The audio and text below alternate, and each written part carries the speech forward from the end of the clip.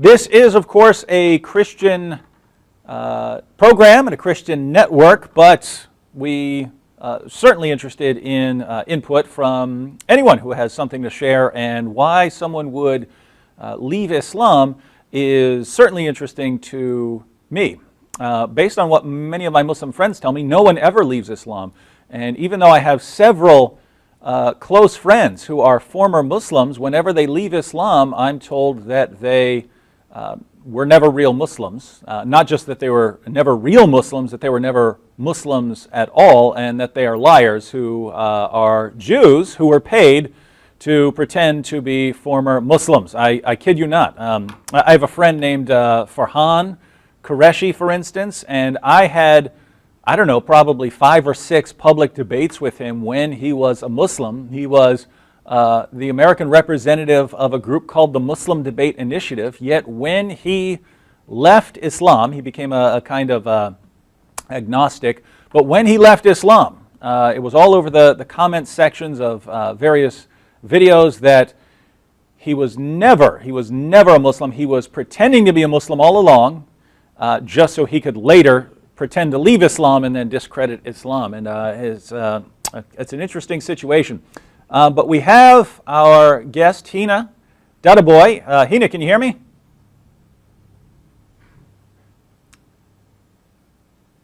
Can you hear me? Oh, yes, I hear you now. There you go. Absolutely. All right. Yes, I can hear you. So, how are you doing? I'm doing quite well. Yeah. All right. Now we want to get first. You know, we have an entire program. We'll get some callers along the way, and we'll answer those as they come in. But you know, we wanted to hear your story, and of course your background and why you left Islam, and then sort of later, given whatever time we have, we can talk about anything you're interested in talking about. You know, whatever you're studying now. But give us what was your background, because you tell people that you are a former Muslim, but there are sort of different kinds of Muslims. There are people who are just kind of culturally, you know, they go to the mosque once a year, but don't do much, and then there are extremely, you know, wearing the burqa and so on. So where would you and your family fall in on that kind of spectrum? Well, I was born and raised in Southern California to a Muslim family that at first we were fairly religious in the sense that we prayed and fasted, didn't eat pork, all that good stuff. I always knew I was a Muslim. I always knew I was different from my classmates and the people around me for that reason. But we weren't very visibly Muslim. My mother didn't cover herself. You know, we went to the mosque, but it wasn't super regular. But all that changed when I was about 5 years old, when my mother met a religious teacher who really convinced her to become more religious. Additionally, I think my parents kind of freaked out a little bit because they're immigrants and they looked around them and they saw what they saw as, you know, essentially decadence and moral degradation. And they heard all the horror stories. My mother had a friend who worked in an emergency room, and she would hear about pregnant, drug addict 13-year-olds. And I think they freaked out a little bit about that. And I think they turned to becoming more devout and more religious as a way to ensure that myself and my siblings were more likely to stay on the path that they thought was appropriate for us. Now was this a Sunni sort of background or Shia? Sunni. Okay. Sunni. Okay. Yeah, and so what ended up happening was we moved to London for a year. We stayed with family, and I got religious education there. I was about 6, 7 years old. And that had a really deep impact on me because the Muslims over there are another level, I'd say, from the Muslims in the United States. And I came back really well influenced by that, really just into Islam. I had read all the books my mother read, you know, adult level books, and I just was really devoted and really sincere. And, you know, I would argue with my father even though you weren't supposed to in Islam. I would ask him to throw out the television because I thought it was a box of sin, and he wouldn't listen to me. And when I got older, I started covering my head. I was 10 years old when I went full-time covering my head. That was of my own volition. My parents did not pressure me in any way. I really wanted to. And I later wanted to cover my face, but my father actually said I couldn't because he said it would just cause too much strife. You know, people would really harass me in American society if I did. So he said no to me wearing it. but I would have had he let me. And so, yeah, I was very devout. I was not a once a year mosque Muslim. I was more religious and devout than my parents. Now, so at first your parents get more conservative, and then you start getting even more conservative than they were. I don't know if conservative is the word because it has political implications that I'm not. Yeah. The conservative and the religious means just going back to the, sort of the getting to the basics of more sticking practicing, to those. I'd say. Yeah, very practicing, very devout, very sincere too. I had, from the beginning, I had issues because it's very hard to read a lot of these religious texts that come out of their historical contexts and not see problems with them or issues with them. But my ultimate feeling was it's God's will, and God understands the world better than me, so I should just submit to God's will. And it was very hard, but I kept my faith and I was very sincere in it, and I struggled really hard to stay within it even when I started having really severe doubts. So what you mentioned before about Muslims saying that, that ex-Muslims are all paid Zionist agents, I get that a lot. And it actually really it's a peeve of mine, and it actually upsets me because, deconverting was not fun or easy for me. And it was very difficult, and I tried very hard to stay faithful. So and not only that, but I'm pretty painfully broke. So really, where is my Zionist agent check? Yeah. So how long did that continue before there was some kind of change? Well, I would say that the really big doubts started when I was about 16 and a half or 17. But I didn't really say that I was out of the faith until I was 18. And initially I could barely even admit it to myself, and I kept it to myself. And I tried to continue practicing Islam so that nobody would notice. But I'm particularly bad at deception, so I ended up coming out to my parents as an atheist when I was 18, and yeah, that didn't go too well at first, of course, but yeah, I guess my grandma was pretty devout Christian. Most of the rest of my family didn't care one way or another. My dad was a complete mocker. He would say that he's God and that I was Jesus and things like that. But I was, I don't know, maybe 14 or something like that when I'd been an atheist for a while. I realized I've never believed any of this. I've never believed any of this at all. A bunch of us were sitting in the living room one night when I mentioned it, and my uncle, who I didn't even know whether he was a Christian or not, told me I needed to have my butt whipped for being an atheist. So I was a couple years ahead of you in coming out, but I might have taken a while if I'd had Muslim parents. So yeah, go ahead and continue. I don't think it's just having Muslim parents. I think part of it is when you're part of a minority group in the United States, your religious affiliation is very much deeply tied into your community affiliation. So the idea of essentially making myself an outsider was not something that appealed to me or even occurred to me, at age 14. Come on, you're going through puberty, you're dealing with all that entails, and you're going through school and you're figuring out all these things. The idea of saying to my community, well, I'm not part of you anymore, it's just not something that's feasible, especially for someone like me who was that religious. I mean, where would I go? Who would I turn to? Yeah. Now, I have a question, because you said that you were in the 16 and a half to 17-year-old range when you started having these doubts. But, the big doubts. The small doubts were going on for years before that. Yeah, I was wondering about those, because I'm kind of wondering about the source of the doubts, because you hear nothing but rosy things from lots of people about Islam. But was it more from writings that are critical of Islam, like your research and criticisms of Islam, or are you just reading the Muslim sources and finding some problems that are arising to you and not from somewhere else? The latter.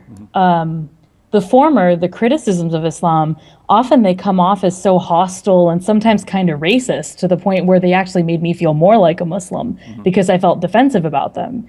I'd read these articles online with these people bashing Islam and saying it's all just, unwashed savages from the desert who want to come and take over America. That made me feel more like a Muslim because, I knew that wasn't true, but the actual texts themselves from Islam, from Muslim sources, those I read, and there were things in them that just did not jive logically, especially in this 21st century world where, if there was a claim being made that Islam, or the Quran more specifically, has science in it, it's very easy to cross-check those claims and see that that's simply not true. The gender stuff definitely played a role too, because there's a verse in the Quran that says that men are placed a degree above women. And as a child, I'd look around me and I had boy cousins who were, 2-3 years older than me, and they were running around misbehaving. They got bad grades. They didn't pray 5 times a day. Whereas I was sitting there and I was religious and I was a good student and I was a very well-behaved child. And I remember thinking, how come they get to be a degree above me simply for the gender that they were born into? So it was things like that. So, so these are things that are coming directly out of the Muslim sources, Yes. and so the gender issue, and what was the did you see scientific problems, or Yes. you mentioned that I wasn't clear on how that what role that played. Well, there's this pamphlet that you can find online. It's a free pamphlet that a lot of Muslim organizations hand out, and it's called The Scientific Miracles of the Quran. And when I initially read it, I was very awestruck by it. And I read a lot of Harun Yahya as well. So I read a lot of his stuff. Oh, wow. Yeah. And so I thought, oh, science clearly jibes with the Quran and it proves that Islam is true. But, if you really look at the science, it doesn't actually match up. And there's a lot of selective readings and interpretations that go into this claim that the Quran predated all these scientific claims and somehow corroborates them. That's just, it's simply not true. And finding that out was a huge blow. Yeah, and that is, I've actually, because I've debated on Muhammad, the scientific issues come up a lot. And that was actually the first argument that anyone ever gave me for Islam. So this was years, this was the 1990s when someone sat me down. I had a friend who was a Muslim convert. He had converted to Islam, and I was interested in why, and he sat me down and showed me a video about the scientific miracles of the Quran. But even back then, when I knew nothing about Islam, he's showing me a video, and it would be a Quran verse, and then it would give all this scientific data afterwards, and I would just be thinking, that's not what the verse said. That's not what the verse said.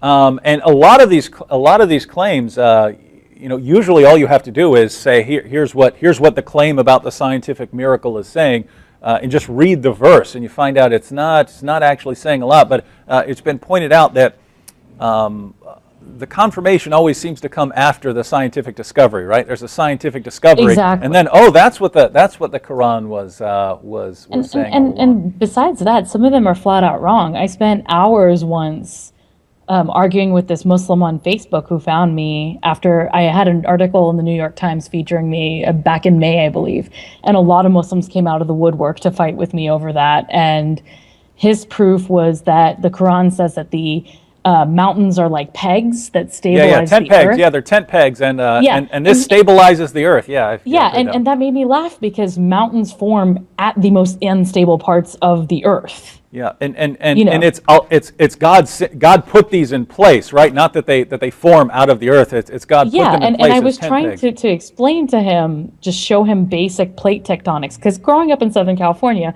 most of us learned plate tectonics when we were toddlers and experienced our first earthquakes, right? Mm-hmm. So I was trying to explain to him the basics of plate tectonics, that, it's ruptures in the earth, it's fault lines that cause mountains. Mountains don't stabilize, they're products of instability, essentially. And he just could not hear me. He could not process this information that I was giving him. Yeah, and there are Muslims who are watching this, and I actually want to give them a little information, because I don't want them to think, oh, we're just trash talking the Quran here, and we're not backing it up. So I'm actually gonna pull up a few verses. I already had this up on my laptop, because we were recording earlier on the science and Islam. But let me just give a couple of examples here of what I'm talking about. Chapter 18, verses 83 to 86 of the Quran. You could just read chapter 18, verse 86 for those of you out there. But they ask, this is what the passage says. they ask thee concerning dual carnane. Say, I will, and as far as dual carnane, there's some dispute about his identity. Lots of Muslim commentators believe it's Alexander the Great. Some believe it's Cyrus. But whoever it is, he does something very interesting. So they ask thee concerning dual carnane. Say, so people are asking Muhammad about dual carnane, and here's the response. Say, I will rehearse to you something of his story. Verily, we established his power on earth, and we gave him the ways and the means to all ends. One such way he followed until, when he reached the setting of the sun, so this guy traveled far enough, he traveled far enough to reach the setting of the sun, he found it set in a spring of murky water. Near it he found a people. So Alexander the Great, that's who Dual Carnane is, travels so far, he reaches the place where the sun sets, and he finds the sun sets in a murky pool. Now, as a Muslim, you can reinterpret that. You can do something with that. But the point is, if you're defending Islam by saying the Quran is this, obviously scientific, miraculous work, then when we read passages like that, and there are tons of passages along those lines, both in the area of human reproduction and in the structure of the universe, and there are 7 earths, and there are 7 heavens above the earth, and semen is formed between the backbone and the ribs. There are all kinds of problems. But you want to reinterpret those, and then you go to verses that aren't saying anything scientific, and you say, this is a scientific miracle. And so the idea is, yes, you could, if you wanted to, reinterpret everything that really looks like it's wrong and say it means something else. But if you're trying to give evidence to someone who is not a Muslim, we look at this and say, the clearest scientific statements in the Quran are just wrong. And the ones you're using as scientific statements usually aren't saying anything that's right, or anything that wouldn't have been known by other people. And so anyway, the point here is just, those of you who are Muslims, when we're talking about this, if you want to argue that Islam is true, you need a better argument than scientific accuracy. So I'll let you come up with whatever you can, but you need a better argument. All right, so Heina, go ahead and continue. What's going on? What else is going on? Well, I like that point you made about the idea that if you didn't already believe in Islam, you wouldn't see the scientific accuracy of the Quran that the Muslims claim. And that was actually at the heart of what made me eventually deconvert. It was me asking myself a very frank question that, had I not been born and raised a Muslim, had I not been told my whole life from birth that this was true and this is who we were, would I have accepted Islam of my own volition, if I had not been raised that way? And the answer was no. Mm-hmm. And, that was incredibly troubling to me. Other Muslims who I met after deconversion who were trying to get me to convert back to Islam, they didn't see any significance in that, but I really see a lot of significance in that, because then at that point you're posing the question, well, people are generally, they're born into a certain society that's dominated by a certain religion, and they generally have that religion, and they die an adherent of that religion. And if that's really all there is to most religions, that you're born into it, you live it, and you die it, then there's nothing necessarily that's universally or transcendentally true about it. It just means that that's what you're socialized to accept, just like we're socialized to accept certain forms of clothing or hairstyles. So that's really what got to me about that. I know an atheist named John Loftus who runs the Debunking Christianity website, but he advocates what he calls the outsider test of faith, that you should think, how would this evidence look to an outsider, and not just to me as an insider. Not sure I entirely agree with that, but that seems to be the similar idea to what you're saying. How would someone else who wasn't raised into this look at this evidence? All right, so you're 18 when you tell your parents that you're an atheist? Yes. And so what happens after that? Initially, I don't think they took me very seriously. They thought I was and by the way, how long ago is this? 8, almost 9 years ago now. Oh, okay, actually. so it's been a while. Okay. Yeah, it's been a while. Okay. Yeah, I'm probably going to do a big celebration for my 10-year at some point or something. But when I first came out at 18, my parents didn't take me very seriously. I think they thought I was just tired of wearing a headscarf, or I was having doubts. So at first, they didn't even react quite very strongly. I think it was maybe a week after I came out to them as an atheist. I didn't pussyfoot around it either. I didn't say, oh, I am having doubts. I said to them, I don't believe in God. I'm not a Muslim. I am an atheist. I was upfront with them. But I don't think it really hit them until a week later when they realized that I meant what I had just said. And after that, for months, they dragged me all over the state to see all these various imams, to go to every different mosque they could think of and talk to all these imams and see if they could answer my questions, is what they called it, even though I didn't really have that many questions at that point. I had already asked my questions for years before that. But essentially, I was just sitting and debating and talking with all these imams who wouldn't look me in the face, by the way, because, that the gender segregation in Islam.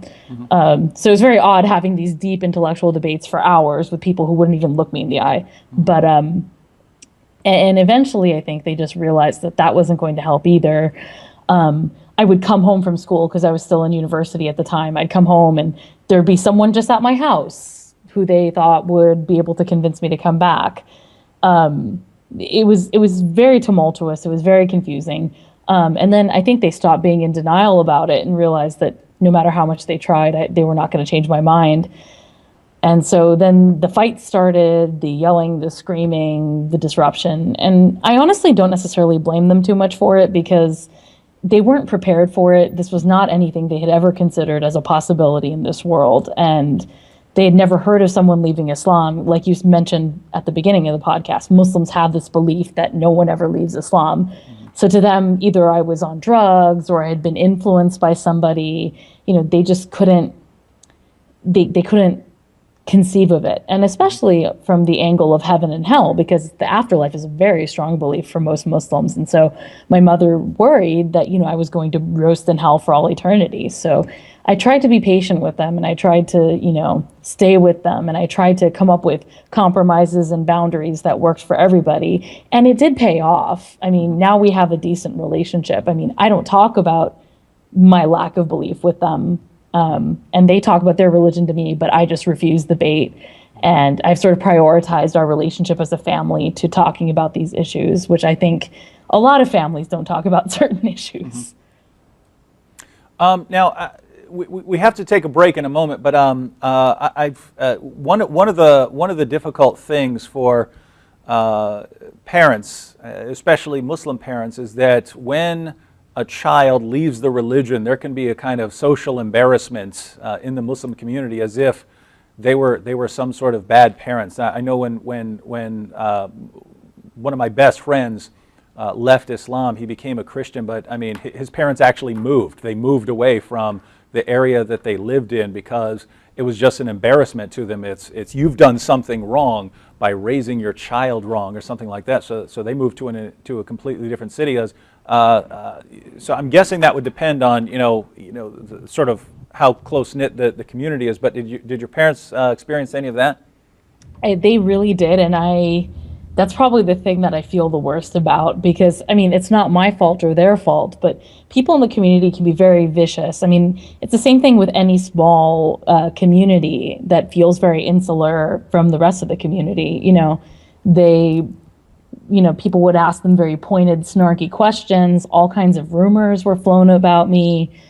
I would hear things about myself from other people that I had never heard of in my life. And, that's why I kept quiet about it for a little while. After I first came out to everybody, I laid low for a few years in the hopes that they would move on and gossip about somebody else. And, there's always an affair or a divorce or someone being gay to occupy their time. So I think they've moved on from gossiping about me for the most part. But yeah, it was really tough for my family. Yeah, and I'm sure there are all kinds of parents out there who can, just imagine, hey, when your child grows up and hits 16, 17, 18. What would you be, whether you're Christian or Muslim or whatever, what would you be thinking? Your child just goes off and rejects what they've been taught, and you don't know why. There was an interesting parallel in what you were saying, that my friend Nabil, when he left Islam, his parents responded in exactly the same way. They brought him around to various imams and religious scholars to try and convert him back to Islam. And they're thinking, if whatever objections he had to Islam, once once he understands why those objections were wrong and that the evidence does support Islam. And one time he contacted me and said, hey, they're taking me to scholars in the UK. Can you help me put together a case based on everything we'd been discussing? So we actually put together like an 80-page document of arguments against Islam that we'd been looking. We were a Christian and a Muslim who were best friends in college, but we've been discussing all of this. So we put it all together, and he went there and slapped it down in front of them, and just never really got any kind of responses. And so then his parents had to go through the similar situation of sort of realizing that this isn't going to work, that I can't convince them, that I can't convince him back. And so it's interesting the sort of pattern that emerges, because the parents are dealing with similar things. All right, we have to take a quick break for about a minute or two. We're going to come back, and we've got several callers on the line, so we'll take some calls, and then we'll find out a little bit about what you're doing now. And we'll be back here in just a moment here on the Trinity Channel. Welcome back to the Trinity Channel. We are interviewing our friend, Heina Dadabhoy. And we have some callers on the line. We want to hear a little bit about what Heina is doing nowadays, but we want to take some of these callers. So who do we have on the line first? Well, hello. It's an honor. Hi. Who do we have on the line? Hi. My name is Greg. Hi, Greg. Hi. I just wanted to say, I was a Mormon for almost 45 years.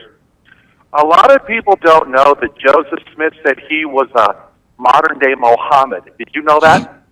I've heard that. I've never seen any source on it. So yeah, I mean, I don't know. It's actually in the Mormon church history. He said he would be a modern-day Mohammed. And the comparisons between the polygamy and the new scriptures and he's the prophet are very similar. And it's very, very difficult when you're in an organization like that. And from the time you're very, very little, and I was always told, Joseph Smith next to Jesus Christ accomplished more for man than anybody who's ever lived. And that's actually in the Mormon Doctrine and Covenants. And you're taught this, and then when you leave, it's almost like you're renouncing citizenship in a country. And it's so painful, and it's so hard. And the Jehovah's Witnesses experience, the Seventh-day Adventist experience.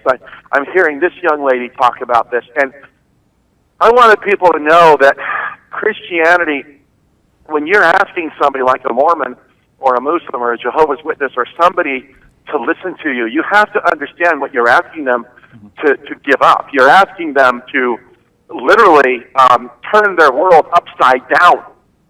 And so you're going to have to explain to them why it's worth it. Why are you willing to do such a devastating thing in your home and with your friends? And the biggest problem that I ran into was uneducated Christians. For 40 years, I came across Christian after Christian who had no answers. Like, why would Jesus pray to himself if they're both God? I was listening to Walter Martin one night. He was talking about, I think it was Philippians chapter 2, where Jesus Christ did not think he had to hold on to his godhood and came down, became a man, and while he was a man, he invoked God and so forth, just like we do. But these are answers that Christians need to have, and I'm very grateful for your program, because your program teaches Christians how to answer questions with love, with dignity, and how not to offend people of other religions. I wanted to tell this young lady how much courage I think she has, because it is really, really rare for somebody to do what she has done. Absolutely. You know, when I first came out as an ex-Muslim, I couldn't find any other ex-Muslims who I could talk to, but I did find a lot of ex-Mormons, and they definitely helped me out quite a bit because they understood how hard it could be. And I would like to thank you, for what you just said, but our numbers are growing. We have an organization in North America called Ex-Muslims of North America now, and there's a Council of Ex-Muslims of Britain, so the numbers are growing. So, I mean, I may have been one of the first to come out so publicly in the way that I did, but I'm not the last. Yeah. Well, when I left Mormonism, I had nowhere to go because the Mormons taught me from the day I was little there are only two churches, the Mormon church and the church of the devil. And every other church is the church of the devil. The Jehovah's Witnesses teach that. The Seventh-day Adventists teach that. And so when you're raised in one of these works-based faiths, if you leave, they literally believe you have entered the world of the devil. You're going to go to hell. And not only that, typically, like I know in Mormonism, you know who gets it worse than anybody in the afterlife? The people who get it the worst? Ex-Mormons. Ex-Mormons. It's the same thing with Islam, actually. You know, ex-Muslims it's one of the most, I think it is the most unforgivable thing. It's considered to be one of those things that Allah does not have mercy for. So I definitely can understand and empathize with that. Yeah, tying this together, when he's talking about the kind of psychological pressure, you know, especially for someone, he mentioned, you know, when you are calling a Muslim to convert to Christianity, understanding how difficult that is. In Islam, the unforgivable sin, the worst thing you can do is shirk, right? Associating a partner with Allah. So that's the worst thing you can do. That's the one thing that if you die and haven't repented for, if you do other sins, Allah can still forgive you. He can just show you mercy. But that's the one thing He will not show mercy for. And apostasy is like super shirk. Yeah. According to most, it's like the ultimate, like it's double shirk. And I joke all the time with my atheist friends who had never been Muslim that they have a better chance of getting into Islamic heaven than I do. Yeah, and so with the apostasy, it's not just judgment after death. It's that there can be repercussions in this world, right? You in an Islamic society, you get killed for that sort of thing. So just for you Christians out there who are watching and you have Muslim friends and you're wondering, boy, why is this Muslim friend not getting this? When you say, hey, my Muslim friend, believe in Jesus, He's Lord, what your Muslim friend is hearing is, hey, you're telling me to do the thing that I've been taught all my life will get me a one-way ticket to hell, and I might have a good chance of losing my entire family, my entire social framework. They just abandoned me and turned their backs on me and never want anything to do with me. And if someone ever decides to enforce Sharia, it's going to come to chop my head off. Yeah, that's what I want. So can be very difficult there. All right, so thank you, Greg, and we have a couple more callers. Who do we have next on the line?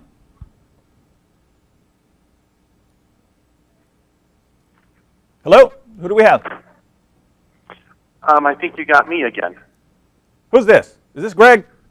Yeah, you got. But I wanted to follow up with one quick point. I don't know why you put me back on, but maybe it was God's will, huh? Don't worry. As soon as there's a break, I'm going to go back there and smack the tech guys. But maybe there's a divine purpose here. So go ahead. Well, yeah, a lot of people don't know this, and I know it's a Muslim show, but a lot of people don't know this. But the Mormons had a thing called blood atonement. Blood atonement, and if you left the Mormon Church, Jesus Christ did not pay for 4 sins. He didn't pay for adultery. He didn't pay for murder. He didn't pay for theft, and he didn't pay for apostasy. And so in the days of Brigham Young, if you left the Mormon Church, the only way for you to have forgiveness was to have your blood shed. And this is the history that a lot of Mormons don't like to talk about. But it is, I don't know what it is, but in a lot of religions, they will make it. They will tell their adherents, and what she just said, if you leave us, you get it worse than anybody. In Mormonism, it's called outer darkness. Mm-hmm. Only a former Mormon and the devils themselves can go to outer darkness. Hitler can't go to Stalin can't go to outer darkness, but an ex-Mormon, they can go there. And so I'm glad that you said what you said, because people have to realize what is at stake for Jehovah's Witnesses, Mormons, Seventh-day Adventists, not just Muslims. There are many organizations that will tell you, if you ever leave us, this is the price you will pay. Mm-hmm. This is the price you will pay. Well, sounds like you're in all kinds of trouble if Mormonism is true. And Heina, Heina and I are both in all kinds of trouble, because we got into a discussion about this one day, but yeah, we're both in trouble if Islam is true. All right, thank you, Greg. And all right, who do we have next on the line? And let's see if it's Greg again. It's Awesome Khan, just the other Greg. Hey, how's it going? Hello? Can you turn him up again? I can't hear him very well. Hello? Hello. Yeah. Hey, hello. there we go. I can hear you now. What's How up? are you, David? I'm good. I'm good. My question to you, this young lady, is since she has become, she is out of Islam, which is thank goodness to God that she is out of there. But my question is, why did she decide, and how did she decide to become an atheist and not pick up any other religion? So there are some lot more religions out there that are not vicious like Islam or relentless like Islam, but there are some more religions that are much more loving and kind and gentle that she could have picked up, but she decided to go and become an atheist. What was the reason? Yeah, thank you. Thank you, brother. And that's Heina. That's one thing I was kind of wondering as far as your history. Was it first rejecting Muhammad as a prophet and then becoming an atheist, or was it kind of all at once? Well, first of all, I just wanted to let the callers know that I can hear you too, so you don't have to ask David to ask me. You can ask me. The reason I left Islam was not because it was vicious or violent. That was not the reason I left Islam. So the idea that just because other religions seem softer and kinder, that they would be appealing to me, that's not what I'm looking for in a worldview. I'm looking for rigorous truth and testability. And I know David and the rest of you listening, most of you think that Christianity can withstand that sort of rigorous intellectual questioning. But I feel that all forms of theism don't satisfy the tests that I believe are necessary for a logical, rational, empirically based worldview. And I was not ignorant of other religions as a Muslim. I was very much interested in Christianity because growing up in a Christian society as a Muslim, you do have to know your stuff in order to take on Christians.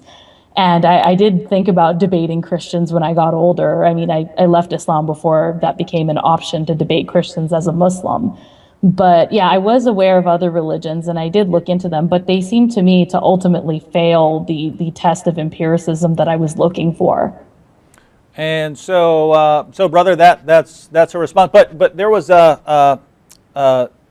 I might have missed it, but so did you renounce Islam first and then later become an atheist, or was it kind of all at I once? guess I didn't answer that question quite. Yeah, you answered his. The first thing that happened was I didn't renounce Islam publicly, but in my heart I did leave Islam, and I became something of a secular deist, I guess, where I believed in a creator of the universe, some sort of intelligent design, whatever you want to call it, but I didn't really have a religion. And then after that, I've read some things that really showed me that there was, to me, I'm on a Christian show, I'm not going to forget that. To me, I realized that there was no evidence for a creator either. So then I became an atheist. Yeah, and just so you know, we're not made of glass here, so say whatever you want. We won't break. Right. But we apparently have a ton of callers, so people are apparently interested here. Let's see what they have to say. Who do we have on the line next? Hello, caller. Hi, who do we have? All right, go to the next one if they're not answering. Hello. Mr. Floyd, are you talking to me? Yes, I'm talking to you. What's up? How's it going?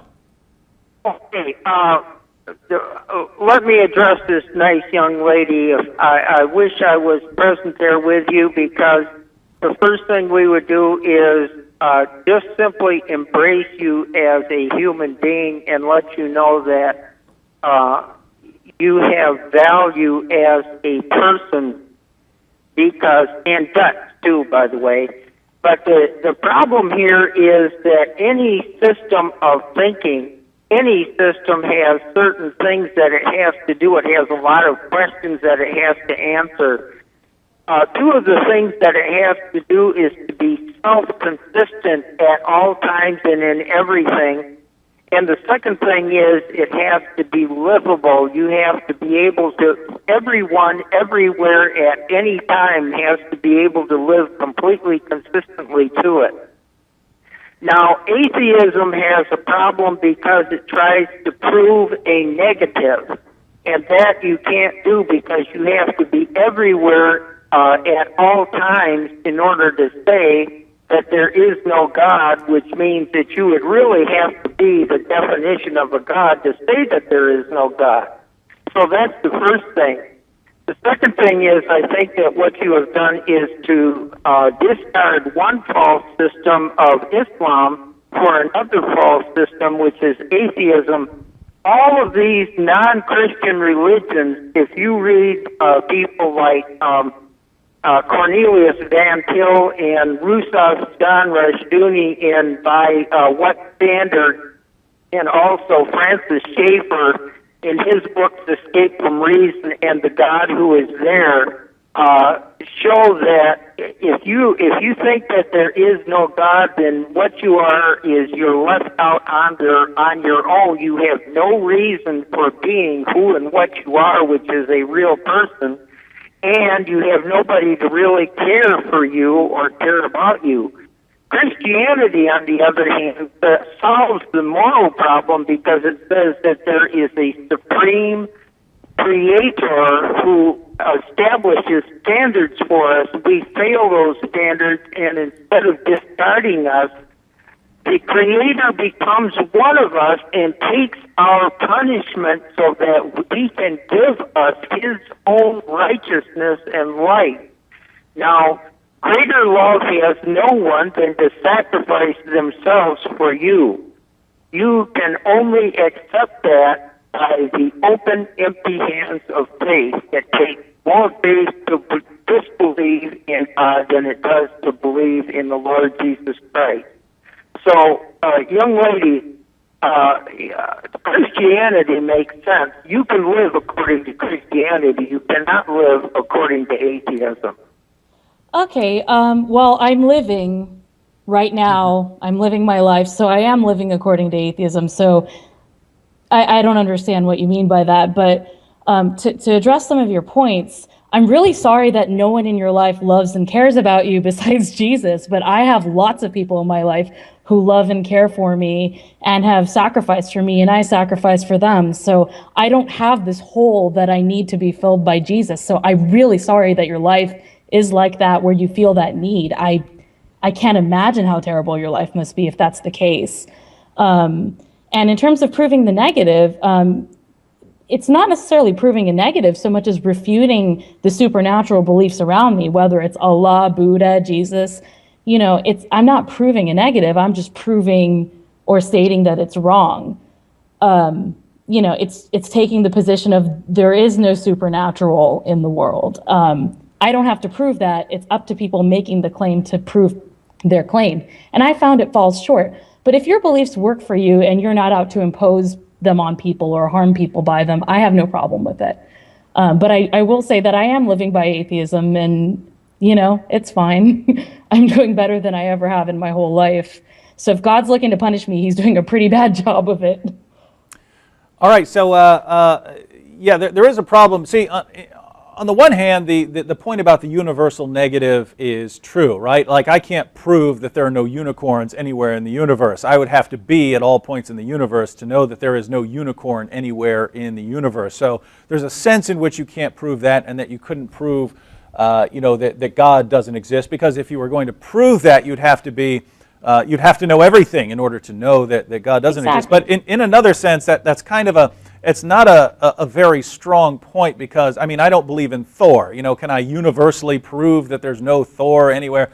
No, I can't do that. But that doesn't mean that it's somehow irrational for me to not believe in Thor. So the point is, the man who called in, he rejects the existence of all kinds of things that he couldn't disprove in a universal in a universal sense. So that, as far as his other point, just what he was getting at something along the lines of, yeah, you can live, you can exist as an atheist, but at the bottom of it, and this is, he's taking since he mentioned Van Til and I think Bonson and Schaeffer, he's pointing out that if you dig down deep enough, you'll find these contradictions in your thinking that don't accord with with your worldview. And whether that's the case or not, we'll Yeah, because I feel like we can play this game all day. I could point out what's wrong with Christianity and contradictory in that, but that would be a whole other show, I think. Mm-hmm. Yeah. And by the way, the guy who called in, I didn't catch your name, but I happen to agree that at the bottom of other worldviews there are these contradictions. But Heina's right. That's a very long discussion to unearth those. But maybe we can have some shows on that one day. All right, let's go ahead and go to our next caller. Who do we have on the line? What is this? What? Let's go, Dad. What? Come on, let's go, Dad. Who are you talking to? Come on, what do you got to say? What? I didn't. Talk to me like this in my house. I didn't understand what you said. What did you say? I don't like how you walk in here. I ain't found your father. What? I feel like we're listening to somebody else's conversation. Yeah, it sounds like someone butt dialed the Trinity channel. They sat down on their phone, accidentally dialed the Trinity channel while they were in some sort of barroom brawl. Unless he was yelling at me, which I didn't catch because I couldn't understand what he was saying. All right, but friend, if you want to call back and just try to make it clear, if you're yelling at me or at Heina, or you're in some sort of barroom brawl, just make it clear who you're attacking. I have no problem. I'm not going to let you scream at Heina, but you could come in and you could call in and scream at me. And I've been yelled at plenty. I would let someone go after you a little more just because you have kind of thick skin and you're a debater and so on. So you're not made of glass either. But we need to figure out what was going on there. All right, do we have some more calls? Who do we have on the line? Hello? Hello? Hi. Hey. Hi, how's it going? This is James. Hey, how's it going, James? Yeah, I'm a long-time listener of your show, and you surely opened my eyes as to the truth about Islam, because I wasn't really aware about Islam and its theology and stuff like that. But I have to say, in the last few years that I've been watching ABN, I've been truly amazed, because I could never believe that Muslims could believe what they actually do. Mm-hmm. Okay, so my question is a little bit off topic, but it has to do with Islam, not with atheism. Okay, well, you go ahead and ask it, and if you think it's too far off topic, we might not answer it, but we might, just for fun. But go ahead. Okay, do you have a laptop with you? Yeah. Okay, can you read Zechariah 14:12? You want me to just go to a Bible? Yeah, Zechariah 14:12.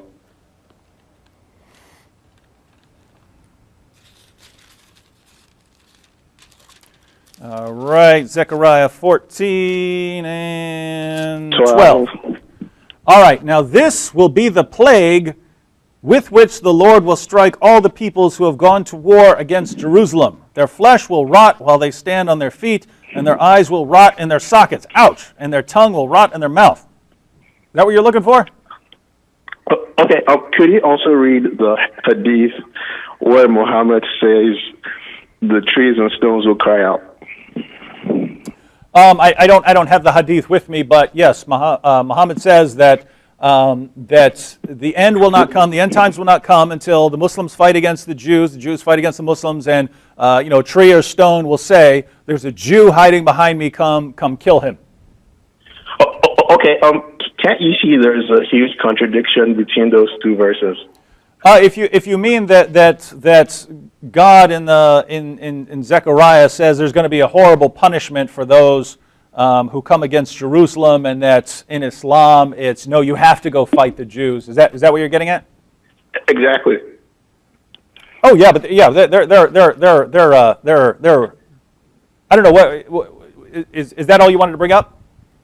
Yeah, I'm just amazed because, like, the Muslims say they believe in the Old Testament and in the New Testament, but if you read that verse from the Old Testament, it basically contradicts everything that the Muslims believe. I can address that. Go ahead. Muslims don't believe that the Old Testament and the New Testament, as they currently exist, reflect the quote-unquote true revelation. They don't believe that that's true for Muslims now. They believe that it used to be something that was correct and that would flow with the Quran and with the Hadith, but that it's been changed over time to reflect the people who were interpreting it and translating it and so on. And they believe that the Old Testament and New Testament that exist now have some semblance to what they believe is the truth, but they don't think that it reflects what they think is revelation. So that's not quite what they believe. Yeah, and one of the things we address on the show is Heina's absolutely right that a Muslim would look at that and say, you know, who cares what is in Zechariah? But I think since he's a longtime viewer, one of the main sort of arguments we use is that the Quran affirms not only the inspiration but also the preservation and authority of the Torah and the Gospel and all what it says, all the revelation that has come to you. And the reason that Muslims today don't believe that the Torah and the Gospel have been preserved is just that they know, having read some of the passages, that the Gospel and the Torah contradict what Islam teaches. Now, with the issue of Zechariah, that's not actually part of the Torah. Now you could argue that when the Quran affirms the inspiration of the Jewish scriptures or so on, that it's including Zechariah, and there'd be support from that from the Hadith when Muhammad's companions were asked about passages which refer to him. Sometimes they're quoting Isaiah, so they're including more in the Torah than we would be familiar with. Than we think of the Torah. That just if this is new terminology to anyone out there, the Torah is generally regarded as the first 5 books of the Old Testament. So Genesis, Exodus, Leviticus, Numbers, and Deuteronomy. The Torah is the collection of books revealed to Moses, but there are centuries of books revealed after that. So Zechariah is one of the prophets, one of the minor prophets. But here's the thing: if you want to go in that direction and say there's something in Islam that's contradicting something in the Bible, I think there are just much better examples. And since you're a Christian, just pointing out, hey, according to the Gospel, Matthew, Mark, Luke, John, Jesus died on the cross for sins and rose from the dead and claimed to be the divine Son of God, and Islam contradicts that, and yet Islam affirms the Gospel as the inspired, preserved, authoritative Word of God. But Heina's absolutely correct that pretty much any Muslim you go up to would say, no, you've got some massive corruption on your hands. So the first discussion that I would have with a Muslim, if you're trying to bring this up, is going to chapter 3, verses 3 through 4 of the Quran, which says that the Torah and the Gospel are the Word of Allah. And after that, maybe chapter 18, verse 27, which says that no one can change Allah's words. And then chapter 5, verse 47, which commands Christians to judge by the gospel, and that presupposes that we have the gospel if we're going to judge by it. Chapter 7, verse 157, which talks about Christians reading about Muhammad in the Torah and the gospel. And chapter 10, verse 94, which is incredibly interesting because Muhammad is told by Allah, if you're having doubts about what we have revealed to you, ask those who read the book before you. So Muhammad is told, hey, Muhammad, if you're having doubts, you need to go to the people of the book. That's Jews and Christians. So reading the Quran from beginning to end, you wouldn't get the idea that the gospel has been corrupted. That's something that happened later when Muslims actually read the gospel and found out it doesn't line up with Islam. So you'd have to have that conversation because, as Heina pointed out, when you talk to a Muslim, they're not going to believe in what you have. They're going to believe that what you have has been corrupted. But after you've gone through what the Quran says and you've made a case for why the word of Allah cannot be corrupted, then you can point out things and say, this doesn't line up with Islam. And this kind of ties into what the earlier caller was. You if you dig down deep enough, you find contradictions in the opposing person's worldview. So it's similar manner, but it's a different kind of inconsistency than he would have wanted to argue is in atheism. All right, we have our final break, and then we'll come back. If we have more callers, we'll take some more callers. Other than that, Heina and I will talk about whatever we find interesting, whatever pops into our head. All right, we'll be back here in just a moment on the Trinity Channel. Welcome back to the Trinity Channel. We are with our friend Heina Dadabhoy, and she's been sharing with us how she left Islam and became an atheist, and certainly a very interesting woman who would come on a Christian network and share all of this and take callers.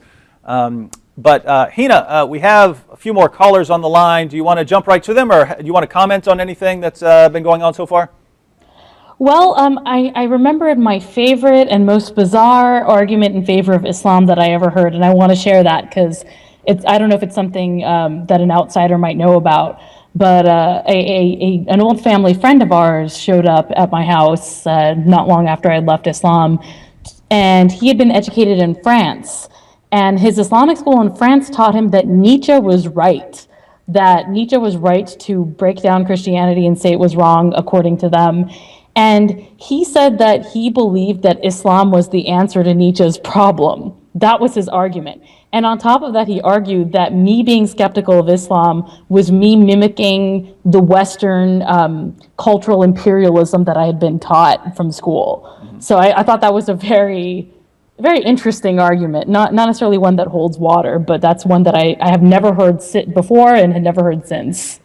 I heard the weirdest argument for Islam I ever heard was a Muslim contacted me and said Muhammad Ali was the greatest athlete in the world, and he converted to Islam. He was Cassius Clay before then, but he converted to Islam, and so I had to show an athlete who was of comparable greatness to Muhammad Ali, who left Islam and converted to Christianity, or I would have to admit that Islam is true. And that's the most interesting one I got. But yeah, the lovely Nietzsche argument is that's a new one. I never heard that one. All right, let's take some more callers. Who do we have on the line? Hello? Hello. Hi. Hello? Hi, who are we speaking with? You're talking to John. Hey, how's it going? Great. First of all, I want to commend you and your station for the wonderful approach to the dangers of Islam. Mm-hmm. And I'm a conservative Jew. And first of all, I want to correct you that the Torah does not stop with Deuteronomy.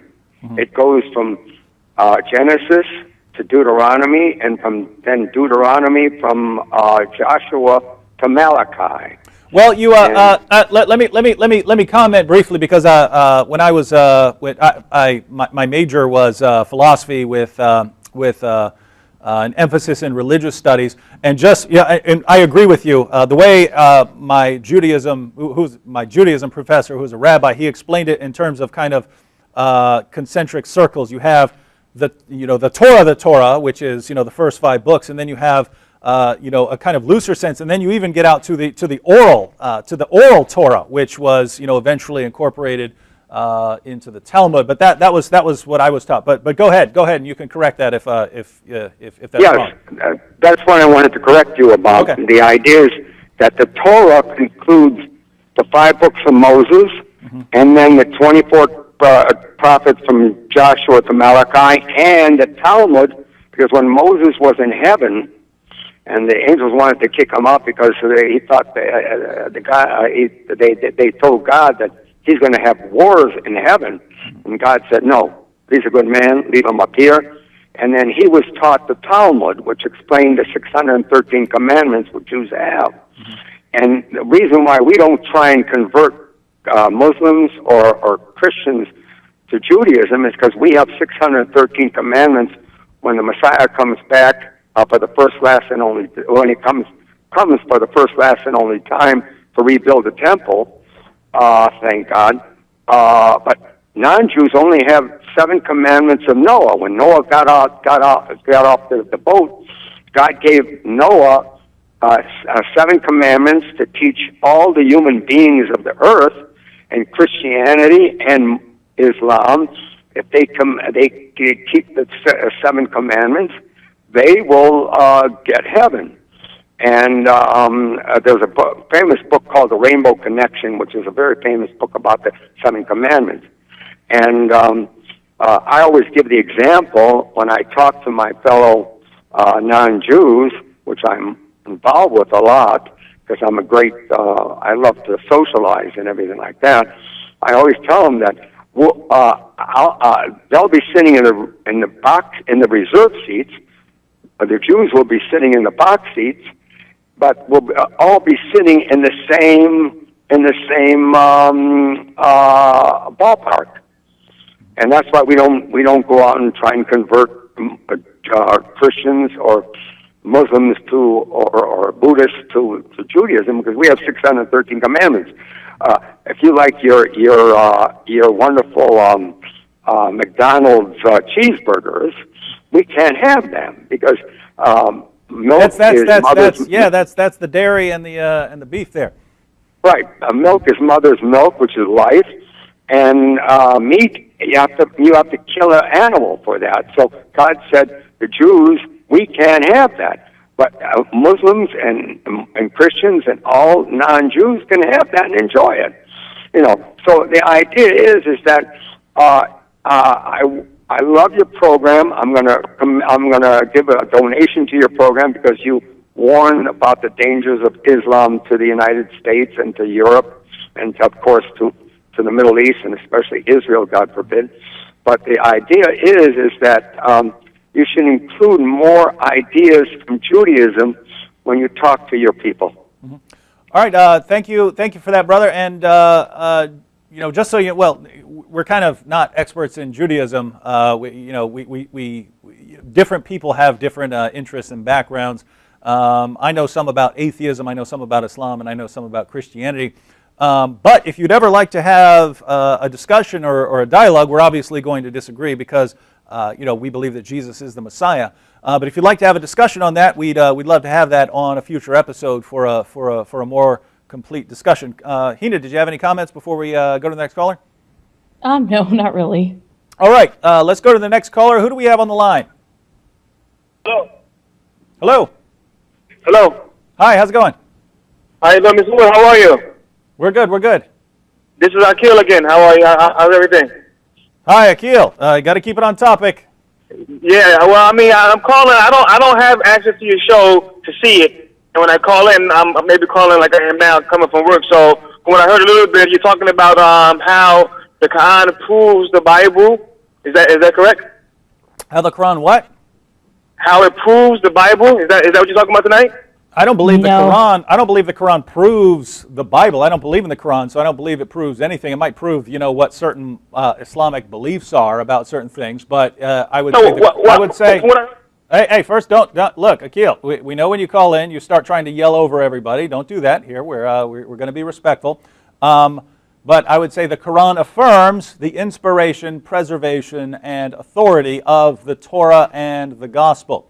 Now, just since you weren't watching the program, we have a guest whose name is Heina, who was a Muslim, raised as a Muslim, and left Islam, and is now an atheist. So that's the topic. Do you have anything on our topic? Okay, well, I don't have anything in relation to Tina, but I do have something in regards to the Quran proving or saying, hello? Yeah. Yeah, that the Quran, in fact, the Quran does substantiate that Allah gave to Moses the Torah, and He gave to Isa the Injil. But the Quran also mentions quite clearly throughout the Quran that the people before did tamper and did manipulate their scripture. Okay, so we talked about that. Hey, where does it say that about the gospel? I want it to say gospel, and that the gospel was changed. So give us chapter and verse of the Quran. Hey, Akil, I got a Quran right here. Tell me chapter and verse where it says the gospel was changed. The people who had the gospel changed it. Given the scripture before, so it's both. It refers to the Jews and the Christians. Okay, where? Whoa. Chapter and verse, where does it say that Christians changed their scriptures? Scripture. It's a general statement. Give us the general statement that includes Christians and is referring to the gospel about corrupting their scriptures. Go to Surah 3. Surah 3. Believe it's verse 187. I'm driving now, so but this is from what I remember, 187.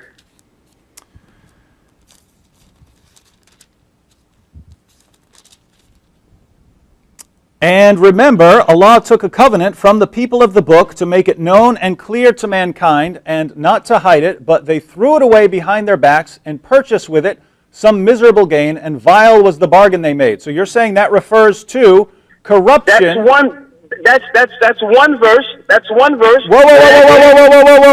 Whoa. Notice what this says. And remember, let's read it again. Allah took a covenant from the people of the book to make it known and clear to mankind, and not to hide it, but they threw it away behind their backs and purchased with it some miserable gain, and vile was the bargain. Where does it talk about the text being corrupted? This just says that some of the people of the book threw it away and didn't care about it. Does this mean that the Torah and the gospel didn't exist? If you do think it means that, if you think it means that the Torah and the gospel were lost or had been corrupted by the time of Muhammad, you are going to run into all kinds of problems, my friend, because as we pointed out earlier in the discussion, chapter 7, verse 157. Chapter 7, verse 157 says that they were reading about Muhammad in the Torah and the gospel. Now, if you say that means it's been corrupted, think about this. Chapter 5, well, we can even go earlier than chapter 5, verse 47, which is talking about the Christians, but read chapter 5, verses 43 to 44, where some Jews come to Muhammad for judgment, and Allah says, why do they need you when they have the Torah? So think about this. This is your God during Muhammad's time saying Jews don't need Muhammad because they have the Torah. Well, if what they have is a corrupt Torah, then they do need Muhammad to correct all the errors and corruptions. And then you get to chapter 5, verse 47, which is directed towards Christians and says, let the people of the gospel judge by what Allah hath revealed therein. If any do fail to judge by the light of what Allah hath revealed, they are no better than those who rebel. So why in the name of common sense would Allah tell Christians to judge by the gospel if the gospel has been corrupted? Either we have reliable revelation or we don't. If we don't, if what we have is corrupted and unreliable, Allah should be saying, don't go near that book, it's been corrupted, just go to the Quran, but that's not what He says. And then if you go to chapter 10, verse 94, which we already brought up, if Allah says to Muhammad, if you have any doubts about what we have revealed to you, ask the people who read the book before you. Well, if the book that the people of the book has is corrupted, what sense does it make to go to them to confirm the Quran? It's not going to confirm it. It's going to contradict it because it's been corrupted. So taking a verse about people throwing the Torah and the gospel behind their back, and by the way, it's not even the gospel, but let's just say it did include it and it's throwing it behind their back. That cannot, if you care at all about what the rest of the Quran says, that cannot mean that the Torah and the gospel did not exist anymore. It cannot mean that the scriptures had been corrupted, because if you say that, you're going to run into all kinds of problems with other passages of the Quran. Hope that helps. And all right, let's go on. We only have a few minutes left. Let's try and get in the rest of our callers. Who do we have on the line? This is Robert. How are you guys doing? Hi, Robert. How you doing? Oh, pretty good. My question is for your atheist guest. First, thank you, of course, for coming on the show and taking your time to tell us your story. And thank God that the true living God that you are out of Islam. But my question for you is, you said that you're looking for a definable truth or words to that effect. My question is for you is, how do you define truth? How will you know that truth? What is your standard for truth? My standard for truth is it's empirically, repeatedly, verifiably testable, and essentially it's a scientific method. I'm not really looking for anything in that sense. When I first left Islam, I was sort of probing and seeking and all that, but Yeah, I would say that it's something that's empirically validatable. It's not something that's based on a feeling. It's not something that's based on, belief, but something that you can just sort of, you can observe and validate with evidence. And I understand that that's different for other people. Okay, so you have your own standard then of whatever this truth is when you find it, not based on emotion or a feeling. But I'm wondering, for instance, the laws of logic, for instance, law of non-contradiction. Does that exist in creation apart from your own mind? I don't know the answer to that question because I can only know what's in my own head, right? I mean, other people can tell me what they're thinking in various ways, but I can't know that. I mean, you're asking me questions that I'm not sure have answers. Okay, well, the law of non-contradiction is that I'm aware. I majored in she knows. And brother, I'm gonna let you continue, but just so you know, Heina and I had a debate, and I actually brought up laws of logic and how if they refer to they're not made of matter or energy or you don't find them with a telescope or a microscope, that they're universal and invariant, and they would exist independent of a human mind. So we actually did discuss that. So she is familiar with the argument. And I disagree with that actually, because I think that if what would the relevance of the laws of logic be if there weren't someone here to think about it? But that's something that I feel like it's another rabbit hole we could descend into and not get out of. Real quick, because I know we're out of time, is that you have your own truth. Everybody else has their own truth now. Like you said, you only know what's in your own head.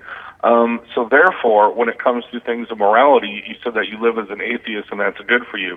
But everybody else lives, I guess, by their own rules, by what's in their own head. You have no standard definition, no definable thing to justify anything that is moral. And that's I would say that religious people have the same problem because all of you guys don't agree. You see Christians doing one thing and yelling that other Christians are immoral for doing things that they think are moral. So realistically, empirically speaking, if you look at the world, even people in religions, they claim they have this untouchable, infallible morality that's true across all time, but they don't, because you can see the evidence of it where, Christians used to say that slavery was from God and now they say it doesn't, just to give one example. So it does change over time and from person to person, even with religious people. So I don't see how I'm much different from you in that way. Well, I think slavery is from God.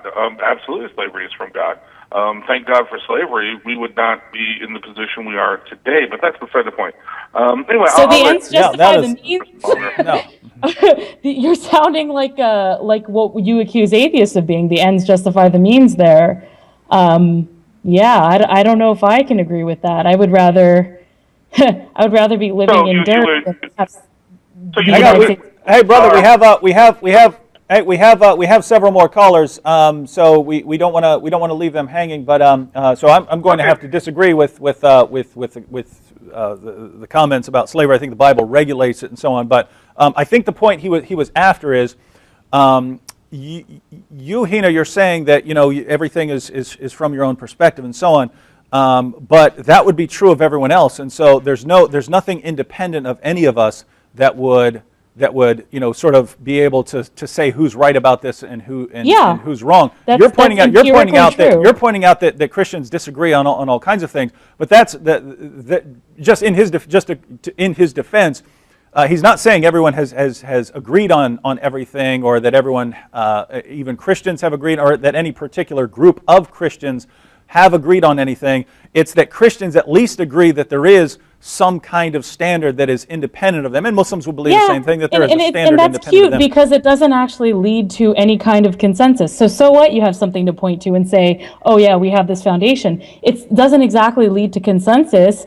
So I don't understand the point of arguing, oh, we have this one source that we can point to and say that's true, because y'all are fighting and killing over each other over it too. So no. That's not the point. Is not consensus or that it will bring consensus. It's to draw a parallel. So if we're talking about the scientific method, if there's a method that can get us to truth about the world, that's a kind of standard that's independent of your mind or another person's mind, and so the claim is whether a person rejects the scientific method or completely rejects all of science. If there is some sort of method or standard that's independent of us that can get us to truth, I don't think there is, because everything is shaped by cognitive biases. You dip your toes in psychology, and you see that everything is shaped by biases and perspective. So this idea that there's this magic standard, like removed from all of humanity and everybody's perspective that we can point to, I don't think such a standard exists. Empirically speaking, there's no evidence for such a standard. So if we say ISIS is wrong, we are saying that from our perspective, we disagree with that. Yes, we are, because... Okay. That's just how it is. I'm glad. No, I admire the fact that you're consistent. That you're willing to sort of say, no, look, this is you're being. In other words, you're being consistent with your worldview on. Well, because on it's that issue. empirically true. Because if you didn't have the perspective you have, you wouldn't be saying ISIS was wrong. If you were born over there and had a dad who was in ISIS, chances are you would say ISIS was right. Of course, I don't see why that's so odd to grasp. It's clearly empirically true if we look at human beings and how we behave and how we form our thoughts. All right, I think we should have a debate one day on the sort of foundations of ethics and see where that goes. But we have only about 5 minutes left, and we have 4 minutes left and 4 callers. All right, we're going to try and take these rapid fire. If we didn't, whoever we don't get to, we apologize. Please call in on a different program. But let's take these rapid fire. Who do we have on the line? Hi, my name is Clyde Sellers. I'm calling from Rochester, New York, and I'm a Muslim. I have more of a liberal idea of Islam, and I really don't have much to say to the lady up there. That she has. You can speak to me directly. I'm here. Yeah. Hi. Okay, I'm sorry. Well, I don't have much to say to you as far as your choice of being an atheist, but. We have a thing in society today which we try to bash each other as far as our beliefs. And I'm thinking that this is a tool for society to use you as an example to bash Islam. And if we look at God, there's only one God. And you know of the Quran, how it says, Lakum de lakum wali yadin. Yeah, but then I get to go to hell too. I mean, and also there's the punishments for apostasy. But to address what you said about people using me as an example to bash Islam, I 100% agree with you. And when people do that, I yell at them, and I don't let myself be used that way. I'm actually an advocate for education about Islam and Muslims within atheism. So when atheists come out and say all Muslims are violent and horrible, I shut them down.